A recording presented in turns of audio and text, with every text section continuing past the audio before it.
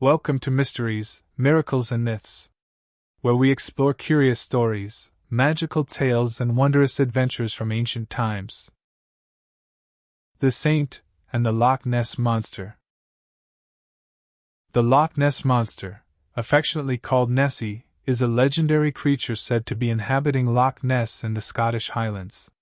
For ages, people of various walks of life flocked to the famous lake hoping to find the mythical beast, even up to this day, employing the latest technology. There are numerous eyewitness accounts of its existence who personally drew what they saw, as well as a plethora of photographs, videos and sonar readings, but none are conclusive.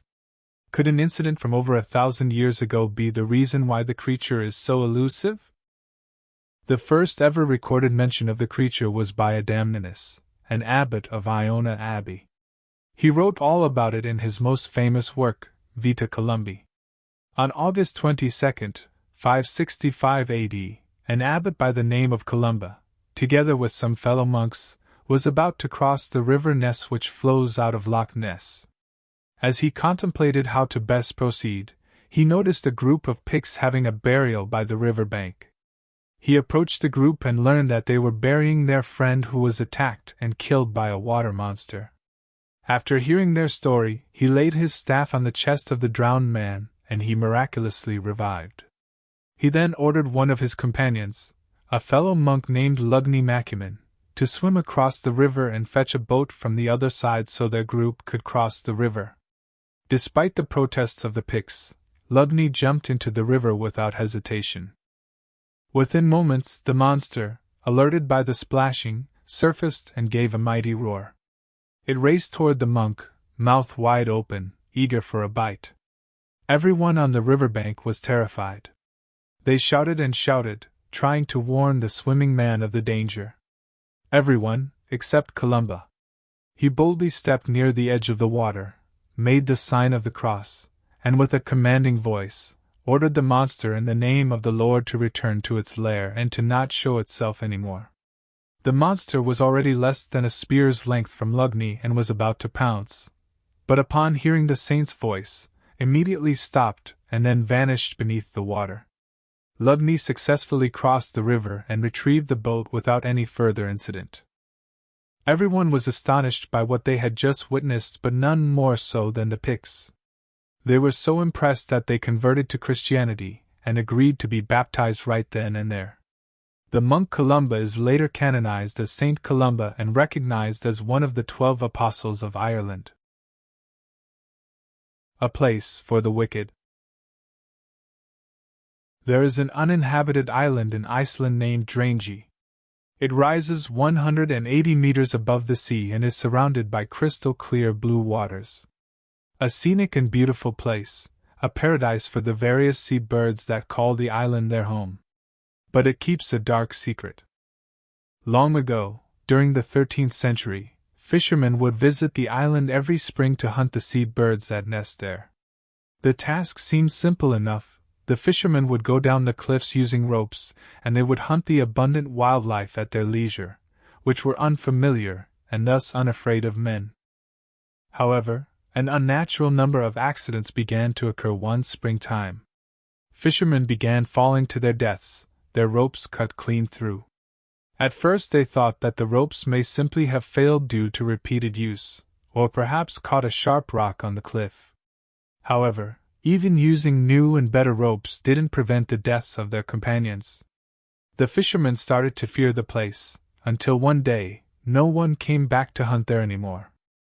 Some time later, a man named Gudmund became Bishop of Holar, a nearby town.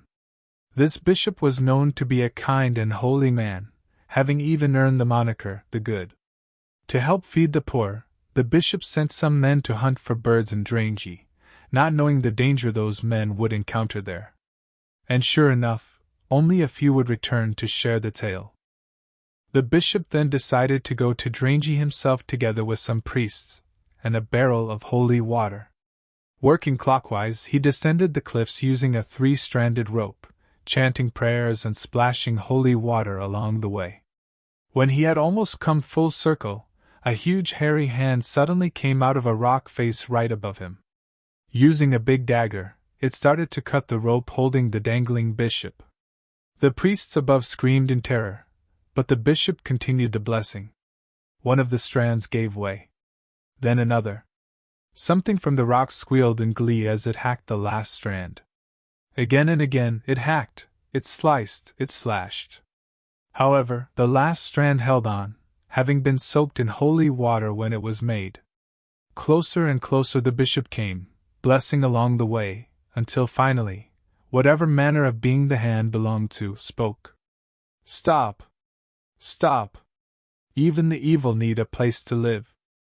The bishop immediately stopped the blessing and told the priests above to hoist him up.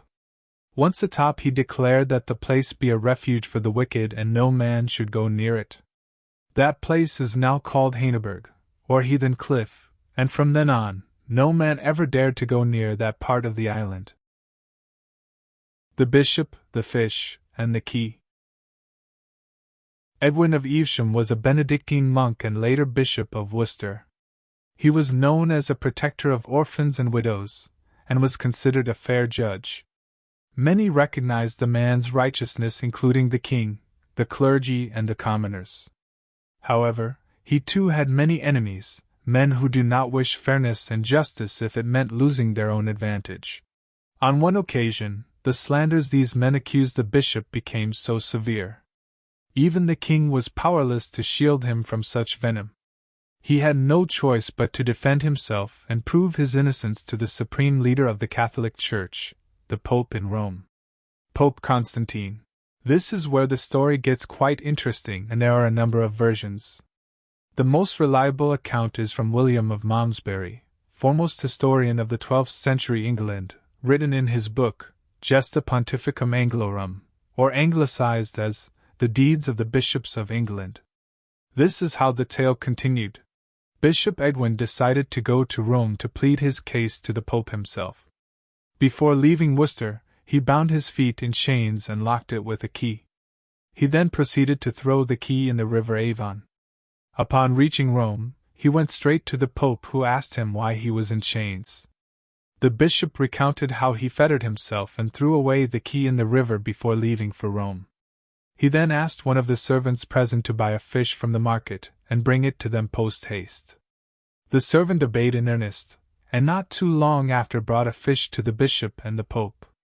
In front of everyone in attendance, the bishop told the servant to cut open the fish. After the servant did so, a key fell out of its stomach. The very key to the bishop's fetters. The Pope saw this as a miracle, a divine sign of the bishop's innocence. He then gave Bishop Edwin an authoritative release from his enemies' accusations. Bishop Edwin later died on December 30, 717 AD.